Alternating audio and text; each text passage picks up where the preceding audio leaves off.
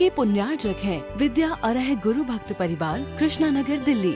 श्री राजेश कुमार जैन, श्रीमती अंजना जैन, बेटी अंजलि जैन, सुपुत्र राहुल कुमार जैन, श्रीमती अर्चना जैन, पौत्र तीर्थ जैन, पौत्री तिथि जैन, बेटी दामाद श्रीमती रागिनी, डॉक्टर पूर्वेश राज। प्रतिष्ठान राजेश क्लॉथ स्टोर, शाहपुरा, भिटौनी, जिला जबलपुर, मध्य प्रदेश। आयोजक एवं निवेदक विद्या अरह चातुर्मास समिति, प्रताप नगर, सेक्टर 8, जयपुर एवं श्री शांतिनाथ दिगंबर जैन मंदिर, प्रताप नगर, सेक्टर 8, जयपुर। बोलिए पंच परमेष्टि भगवान की, भगवान महावीर स्वामी की, अहिंसा परमो धर्म की, दस लक्षण धर्म की, उत्तम ब्रह्मचर्य महाधर्म की, परम पूज आचार्य गुरु श्री विद्यासागर जी महाराज की, परम पूज आचार्य श्री समय सागर जी महाराज की।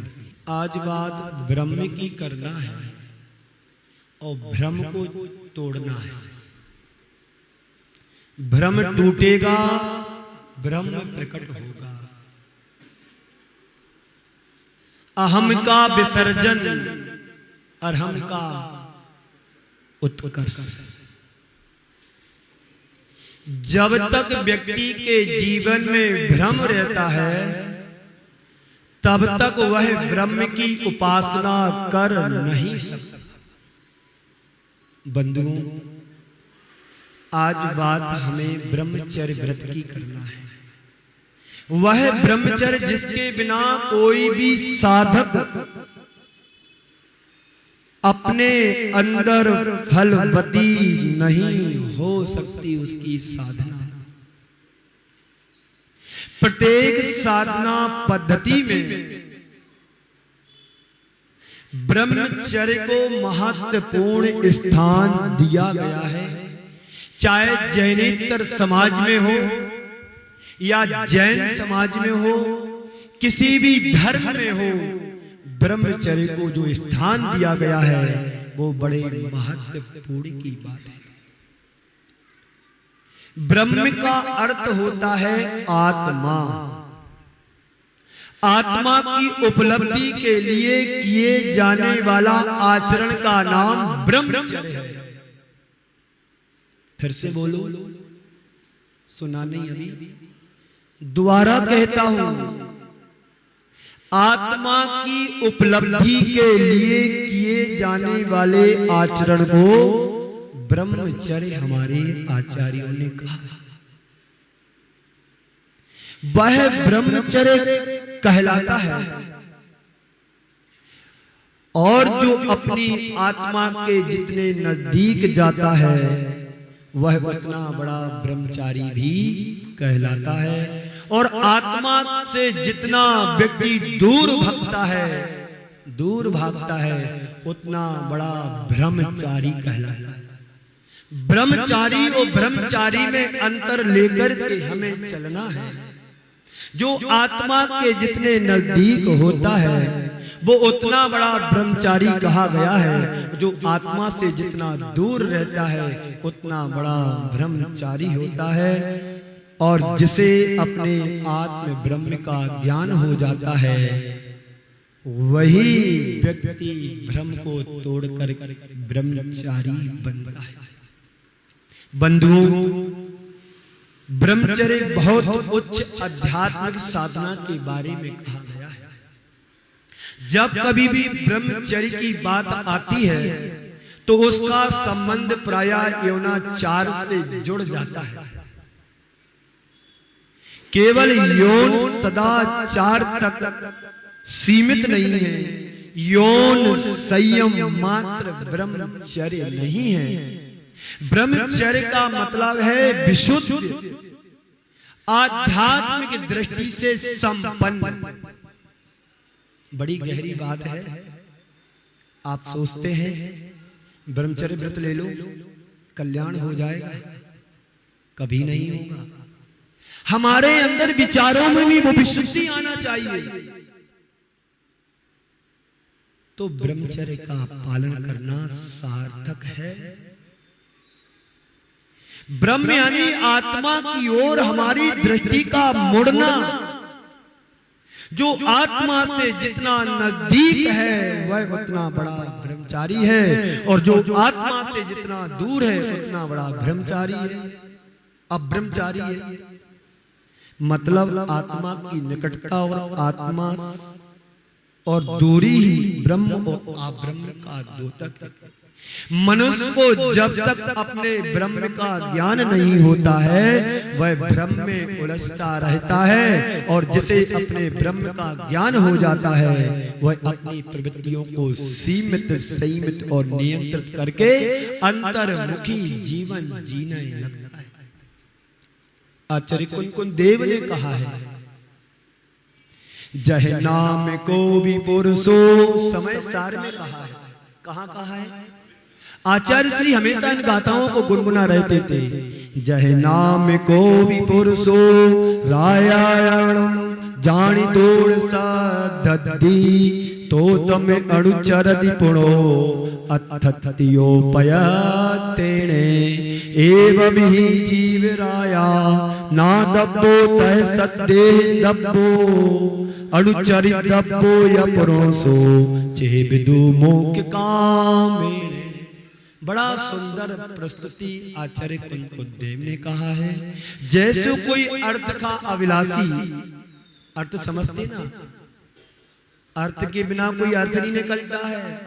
जहां अर्थ है वहां सब कुछ है, और जहां अर्थ नहीं सब व्यर्थ है। तो कोई अर्थ का अभिलाषी व्यक्ति राजा के पास जाता है इस भाव से कि मैं राजा की सेवा करूंगा, राजा की नौकरी चाकरी करूंगा और राजा के अनुकूल में आचरण करूंगा, तो राजा मुझे इस बदले में बहुत सारा धन देगा। जह नाम को भी पुरुषो रायाणम जान दूर सद्ददी, तो तम अणुचरदी पुणो अत्थियो। संत कहते हैं राजा की कृपा का पात्र बनकर कुछ धन पा सके, ऐसी यदि मोक्ष का अभिलाषी मोक्ष की कामना है तो अपने भीतर बैठे हुए राजा को जानो, पहचानो और उनका अनुसरण करो। मोक्ष की कामना है तो अपने भीतर के ब्रह्मचर्य को पहचानो, अपनी आत्मा को जानो, उस आत्म स्वरूप की पहचान करो, तो आप अपने जीवन में कुछ फलीभूत कर पाओगे, वरना हाथ मलते। बंधुओं, आज के संदर्भ में 4 शब्द विलास और विनाश, विलास, विनाश, विकास और विराग। जहां पर विलास है वहां पर विनाश सुनिश्चित है, और जहां पर वैराग है वहां पर विराग भी सुनिश्चित है। विलास आज हर व्यक्ति के लिए प्रिय है, बोलो है कि नहीं? इसलिए विलास के नए नए साधन संसाधन हर व्यक्ति अपने जीवन में जोड़ रहा है। पुराने घर से काम नहीं चलता है तो नए पॉश एरिया में जाकर के अच्छा बड़ा ड्यूप्लेक्स की कल्पना करके खरीद लेता है। सामान्य से कपड़ों से काम नहीं चलता है तो ब्रांडेड शोरूम में जाकर के ब्रांडेड कपड़े लेकर के आता है। सामान्य दाल रोटी से काम नहीं चलाता है, कोई अच्छी लग्जरी होटल में जाकर के 500, 1000, 2000 रुपए देकर के खाना खा के आता है। ये व्यक्ति का विलास व्यक्ति के विनाश की ओर ले जाता है। संत कहते हैं यदि जीवन में कुछ करना है, पाना है, तो ब्रह्मचर्य की उपासना वही कर सकता है जिसके हृदय में वैराग्य की अनुभूति हो और वैराग्य का बीजारोपण हो गया हो, उसी का विकास हो सकता है। चेतन का विकास करो, विलास का विकास नहीं। चैतन्य मीन्स आत्मा। आत्मा के विकास की बात सोचो। विलास के दो रूप हैं, एक चैतन्य विलास और दूसरा भोग और विलास। नाम जाने पहचाने, भोग विलास तो सभी समझते हैं, और आप लोग भोगी भी हो कि नहीं? बोलो हाँ तो बोलो, चुप क्यों हो गए हो? जहां बोलना हो वहां बोलते नहीं, वो जहां बोलने को मना कर तो वहां पर बंद नहीं होती। बड़ी समस्या है। चैतन्य विकास हो, भोग विलास नहीं। चैतन्य विलास का मतलब है अपनी आत्मा में रमना, अपनी आत्मा में रमण करना, और आत्मा से आत्मा का बंधन करना, अपनी आत्मा में संतुष्ट होना, कामेच्छा को समाप्त कर डाला। जिसके अंदर कामनाएं, इच्छाएं शांत हो जाती हैं, वही चैतन्य विलास का अधिकारी होता है। बाकी सब भोग विलास में रत रहते हैं। आगे चलूं, क्योंकि 10:46 में बंद करना मेरे को, क्योंकि 10:01 पर मुझे माइक मिला है, तो 45 मिनट बोलने का अधिकार तो मेरा है। हाँ बोलो या ना? हाँ बोलते जाओ, अभी तो बोलना पड़ेगा कि 10 दिन का राज्य लिया है। हाँ देखो कितने होशियार हैं। तो जिसके अंदर सारी इच्छाएं तिरोहित हो जाती हैं, शांत हो जाती हैं, उसका नाम चैतन्य विलास है। और विलास का मतलब होता है आनंद, रस, तृप्ति, प्रसन्नता। आप लोग को आनंद आ रहा है कि नहीं? रस आ रहा कि नहीं? कौन सा रस? निंदा रस कि परमानंद? कौन सा रस चाहिए? आत्मा का आनंद और रस की अभिव्यक्ति तुम्हारे जीवन में होना चाहिए। तो आनंद होगा, संतुष्टि होगी, तृप्ति होगी और संतुष्टि होगी। होगी कि नहीं होगी? बोलो। तो तुम्हारे भीतर आनंद है। धर्म आनंद को छुड़ाने की बात नहीं करता है। धर्म और अध्यात्म मनुष्य के जीवन का सच्चा आनंद दिलाने की बात करता है। चैतन्य विलास स्वाश्रित होता है और भोग विलास पराश्रित होता है। चैतन्य विलास में किसी और की अपेक्षा और जरूरत नहीं होती है, और भोग विलास किसी व्यक्ति के बिना, दूसरे के बिना हो नहीं सकता। उसमें अपेक्षाएं हैं, जरूरत है, इच्छाएं हैं, उसका नाम भोग विलास है। चैतन्य के विलास में परम तृप्ति है, संतुष्टि है, अनुभूति, और भोग के विलास में सदैव आतुरता और आतृप्ति होती है। आज अपने आज तक के अनुभव को टटोल करके देखो, क्या रिजल्ट निकला? इच्छाओं की पूर्ति इच्छाओं से नहीं होती है। इच्छाओं की पूर्ति तो इच्छाओं के नियंत्रण से होती है। जब तक तुम्हारी इच्छाएं बलवती रहेगी, तब तक तुम चैतन्य विलास का आनंद नहीं ले पाओगे।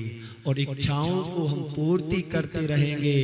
जैसे दीपक में घी पड़ जाता कम, तो बार बार डालते रहते हो और वो दीपक जलता रहता है। संत कहते हैं यही दशा अवस्था आप सब लोगों की है कि जैसे जैसे तुम्हारी इच्छाएं बढ़ती हैं, वैसे वैसे तुम उनकी पूर्ति करते जाते हो, तो इच्छाएं बलवती होती चली जाती है। भोगों को इतना भोगा कि खुद को ही भोग बना डाला। साध और साधन का अंतर आज मैंने कहां मिटा? तुम्हारा साध और साधन का अंतर, कॉम्बिनेशन गैप। विचार करो, सोचो, एक परमात्मा की आराधना बड़ी दुर्लभता से तुमने अपने जीवन में पाया है। वे दुर्लभ क्षण जो आज तुम्हारे जीवन में एक साथ 100 लोग बैठ कर के आराधना परमात्मा की, और आज तुमने ब्रह्मचर्य की आराधना के लिए संकल्पित हुए हैं कि आज पूजन भी वही की है। तो भेद विज्ञान करके आत्मज्ञान करो, और आत्मज्ञान होते ही देहा शक्ति खत्म हो जाती है और आत्मानुभूति बढ़ती है, भोगा शक्ति नष्ट होती है, अंदर की वृत्ति बढ़ती है और वासना नष्ट होती है, वात्सल्य प्रकट। क्या होता है? जीवन में वात्सल्य के प्रकट होते ही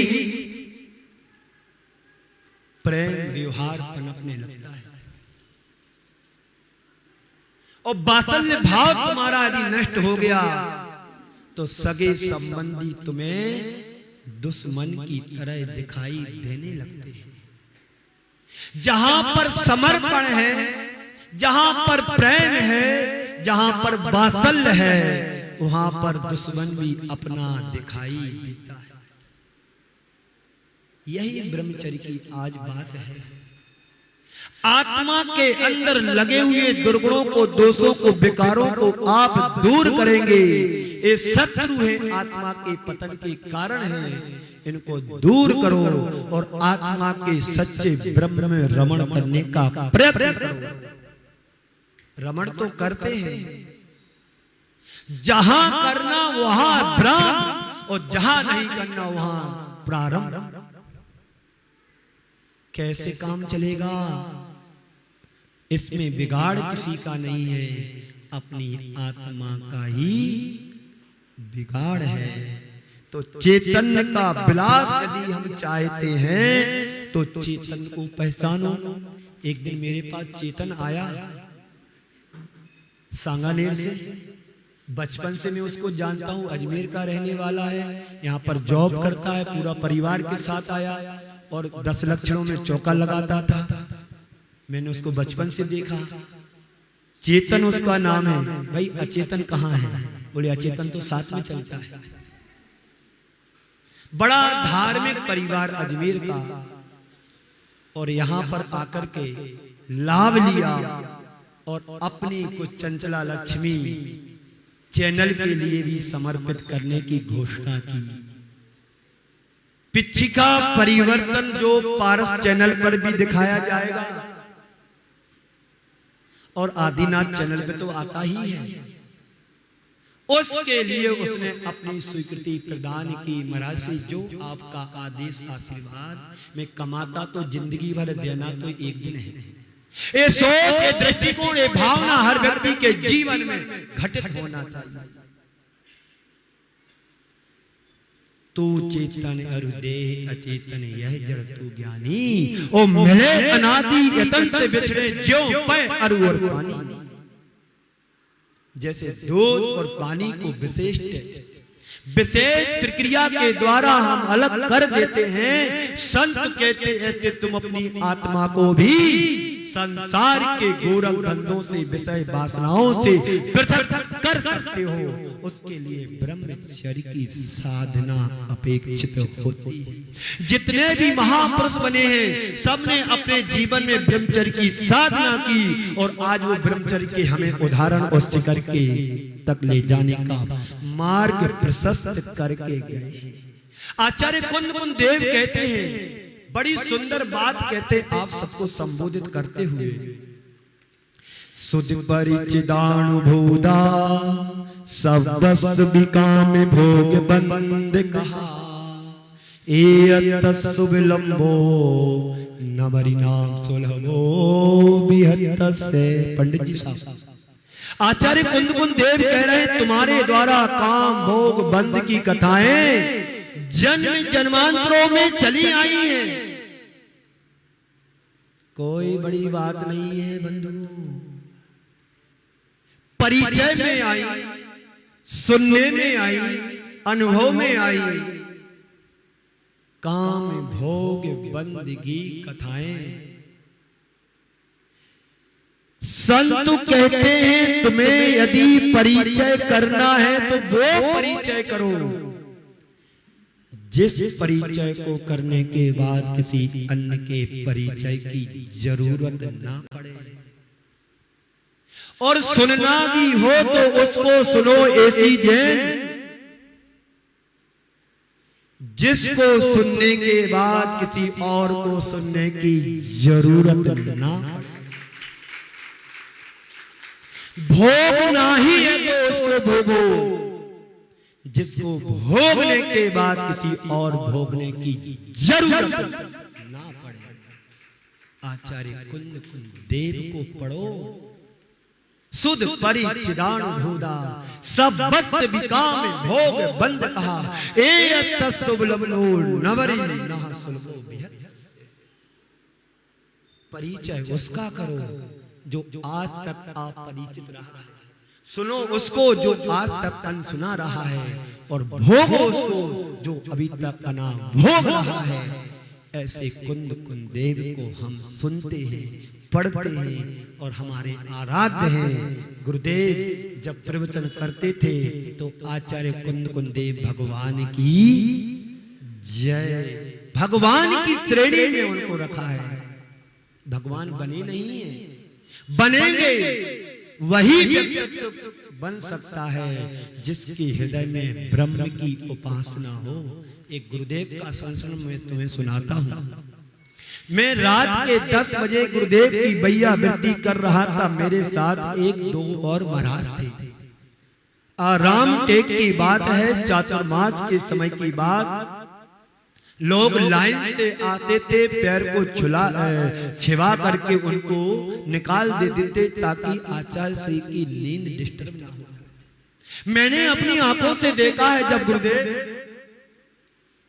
विश्राम में थे तो प्रमादी बन करके नहीं थे, करवट से लेटे हुए थे। उनके दोनों हाथ ऐसे उठ करके मस्तिष्क के पास जाते और नींद के कारण वो नीचे आ जाते और पुनः उठा करके यहाँ तक ले जाते थे। यानी वो नींद में भी अकृत्रिम ब्रह्मचर्य की वंदना करते थे। वो ब्रह्मचर्य की साधना है। मात्र लेने मात्र से नहीं, अंतरंग से भी जुड़ना चाहिए, बहिरंग से नहीं। भोगदेव उनका नाम था, आचार्य विद्यासागर देव। दूसरा संस्मरण राम टेक नहीं, अमरकंटक का है। 1990-91 की बात है। जब पहली बार गुरुदेव राम अमरकंटक गए राम टेक से, वहां पर जैनेतर बाबा बहुत सारे हैं। ठंडी का समय था जहां पर टेम्परेचर माइनस में पहुंच जाता था और कार के ऊपर बर्फ की परत जमती थी। पहली बार गुरुदेव का जाना हुआ और वहां के सारे बाबा रात में देखने आते थे कि दिगंबर साधु। हम लोग तो कुटिया में आग जला करके सहन नहीं कर पाते सर्दी, लेकिन ये रात में बिना वस्त्र बिना कपड़े की रहते कैसे हैं? तो छिप करके देख करके जाते थे कि वास्तव में सच्चा धर्म तो यही है, यही चारित्र सच्चा चारित्र है। उस प्रतिभा का नाम आचार्य गुरुवर श्री विद्यासागर जी।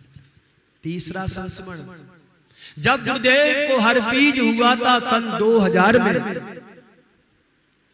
गुरुदेव 40 किलोमीटर उसी हालत में वापस पेंड्रा रोड से अमरकंटक आए और इतनी तकलीफ थी। डॉक्टरों का कहना था कि गुरुदेव को हवा से बचाएं, क्योंकि जैसे ठंडी हवा लगती थी तो ऐसा लगे कोई सुई चुभो रहा हो।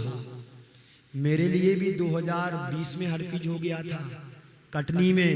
वो तो पकड़ आ गई। प्रमाण सागर जी से बोला, महाराज श्री मुझे यहाँ पर करंट सा लग रहा है। तो उनकी तो हरपीज है, दाने से निकल आए थे। तुरंत पृथ्वा नहीं पूर्ण आयु में संपर्क किया। दूसरे दिन औषधि आ गई, 15 दिन औषधि ली, उसको वहीं पर शांत कर दिया।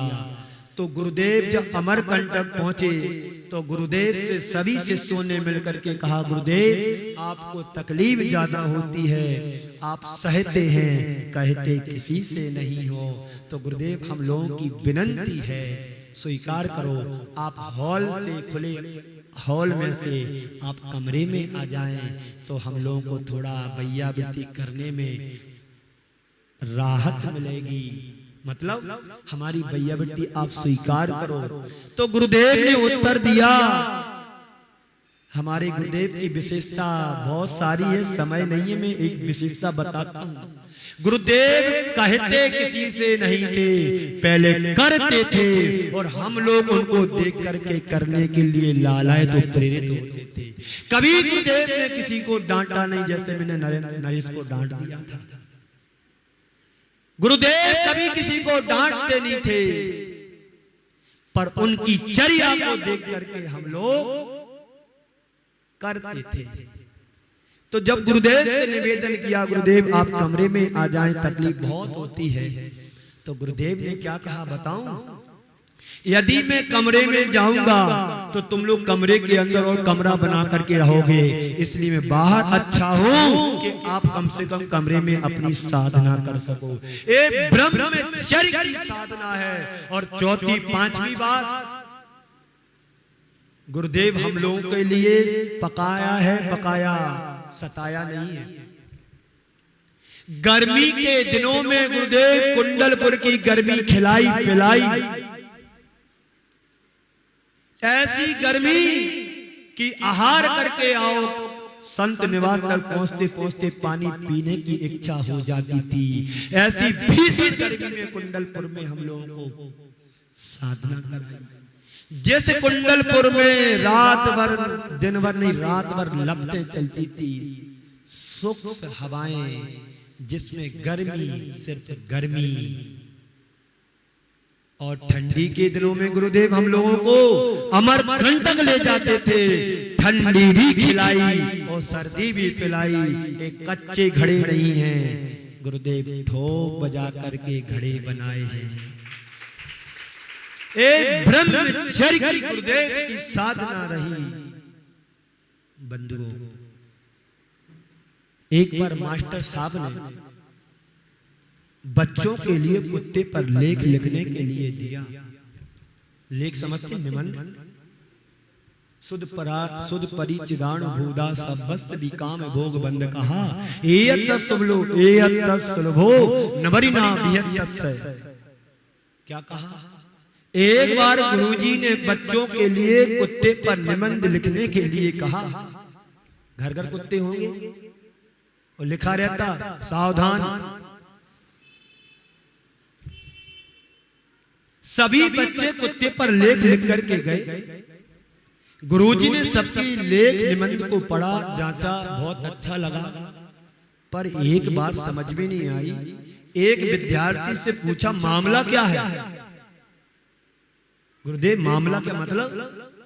जैसा लेख तुम लिख करके लाए हो, आज से ठीक पिछले वर्ष सेम टू सेम ऐसा ही लेख तुम्हारा बड़ा भाई लिख करके लाया। मामला क्या है? तो विद्यार्थी कहता है, गुरुजी कुत्ता वही है तो लेख दूसरा कहां से आएगा? कुत्ता वही है तो लेख दूसरा कहां से आएगा? बंधुओं, संसार का प्रत्येक प्राणी पुनरावृत्ति कर रहा है। 4 संज्ञाओं पर हर भाव में महावीर कुमार जी लेख लिखते चले आ रहे हैं। नया कुछ भी नहीं है। संसार का प्रत्येक प्राणी इन्हीं 4 पर लेख लिख रहा है। आहार, भय, मैथुन और सुध परिचिदान भूदस सब्बस्त विकाम भोग बंद कहा, एयथ सुलभो नवरि सुलभो बिहत्यस्य। चैतन्य के विलास को पहचानो और वीतरागता के विकास के लिए सुप्रयत्न करो। तुम्हारी आत्मा का पतन इसी के कारण हुआ है, भोग विलासता के कारण। तो विनाश हुआ है। लेकिन क्या करें, लोगों को आज रस नहीं आता है। आज पूरे विश्व को आध्यात्मिक क्रांति की जरूरत है और इसी से सब अपरिचित है। मैं प्रताप नगर में चातुर्मास कर रहा हूँ। मेरे पास हिमालय किस लेवल के लोग आती हैं, माताएं बहनें आती हैं जो 60 साल को पार कर रहे हैं। बच्चे भी हैं, बच्चियां भी हैं, युवा भी हैं, जवान भी हैं, लेकिन सब कैसे हैं? विनाश की कगार पर जाने की तैयारियां में हैं। धर्म का परिचय नहीं, चेतन के विकास की विलास का परिचय कैसे होगा? बोलो, होगा क्या?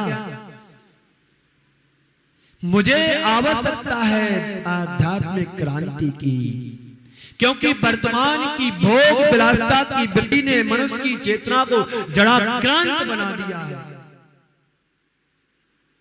उसकी सोच समाज सब खत्म कर दी है। मैं जंगल जाता हूं, जो मेरे साथ जाते हैं, देखो बड़ी शान से लड़के नहीं लड़कियां, एक हाथ में चाय का प्याला होता है और दूसरे हाथ में ब्रिस्टल, क्या बोलते हैं, कौन कौन से नाम की आती है, एक चाय का घूंट और दूसरा चस्का धुएं का। कहां जा रही हमारी संस्कृति? एक दो नमूने बताए मैंने। मैं सूरत में था, गांजा भर के पूरी 10 डिब्बी में, मतलब 10 सिगरेट में लड़कियां बड़े शान से पीती थी और 1-1 करोड़ की कार में घूमने वाली लड़कियां। सूरत तो डायमंड नगरी है। शेखर जी गए कभी? व्यापार होता है, व्यापारी का नंबर दे दूं? सूरत के डायमंड किंग। तो क्या है?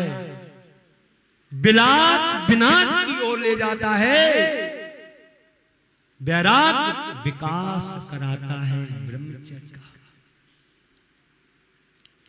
हम अपने कंसेप्ट को क्लियर करें। लिव इन रिलेशनशिप जैसा कंसेप्ट आ गया है। मनुष्य भोग की आग में झुलस रहा है। कल 6 ढाला का विसर्जन करते हुए, समापन करते हुए कहा गया था, यह राग आग दहे सदा ताते समामत से ये, और चिर भजे विषय कसाए, अब तो त्याग निज पद बंद। भोग विलास को त्यागें, चैतन्य विलास का अनुसरण करें। अनुराग होगा तो हमारा जीवन धन होगा। तो चैतन्य के विलास से जीवन का विकास और भोग के विलास से जीवन का विनाश सूत्र लेकर के, इसलिए मन में विराग के भाव भी आना चाहिए। पर भाव आए तो कैसे आए? आचार्य श्री ने मूक माटी में बहुत अच्छी पंक्तियों को उद्धृत किया है। वासना का संबंध ना तन से है ना बसन से है। आत्मा का संबंध ना तन से है ना बसन से है, अपितु माया से प्रभावित मन से है। आपका मन अच्छा होगा तो माया से मुक्त करके रखो, हमारा जीवन धन्य हो जाएगा। सुखदेव जी जन्म से ही दिगंबर रहे। जन्म से उन्हें कपड़े नहीं पहने। हिंदू परंपरा की बात है। दिगंबर थे ऐसा कहा जाता है। भागवत का प्रसंग है। एक बार सुखदेव जी तालाब से नहा करके अपने आश्रम की ओर जा रहे थे। उस तालाब में बहुत सारी स्त्रियां स्नान कर रही थीं। स्त्रियां अपने स्नान में लगी रही, देखा नहीं, कुछ नहीं, सुखदेव जी निकल गए। थोड़ी देर बाद वहीं से व्यास जी का निकलना हुआ। जैसे व्यास जी को देखा उन स्त्रियों ने तो सब अपने अपने शरीर पर वस्त्र डालने लगे। व्यास जी को बड़ा अटपटा लगा, मेरा बेटा निकला जवान और इन्होंने कोई प्रतिक्रिया नहीं की। मैं 70 साल का बुढ़ा निकल रहा हूं तो सब अपने शरीर को ढकने लगे।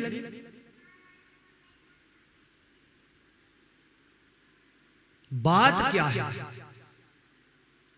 उन स्त्रियों ने व्यास जी को जो बात कही वह बहुत मनन करने योग्य है। उन्होंने कहा, व्यास महाराज, सुखदेव जी कब आए और कब निकल गए मुझे पता ही नहीं पड़ा। क्यों? सुखदेव ने नजर उठा करके नहीं देखा। अपने रास्ते आए और अपने रास्ते गए, लेकिन आपने अपनी उपस्थिति का बोध करा दिया।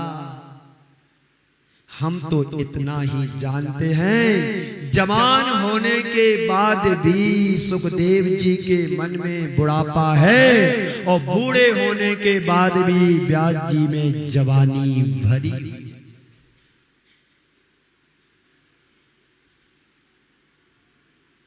तभी तो इस तरफ आकृष्ट हुए। बूढ़े होने के बाद भी मन में जवानी ए आसक्ति विनाश की ओर ले जाती है। कारण है विनाश का। अपने आप को रोके, अपने आप को टोके, अपने आप को थामे, मन काम नहीं करता तब भी मन में इच्छाएं पनपती रहती हैं। इस कार्यक्रम के पुण्यार्जक थे विद्या अरह गुरु भक्त परिवार, कृष्णा नगर, दिल्ली।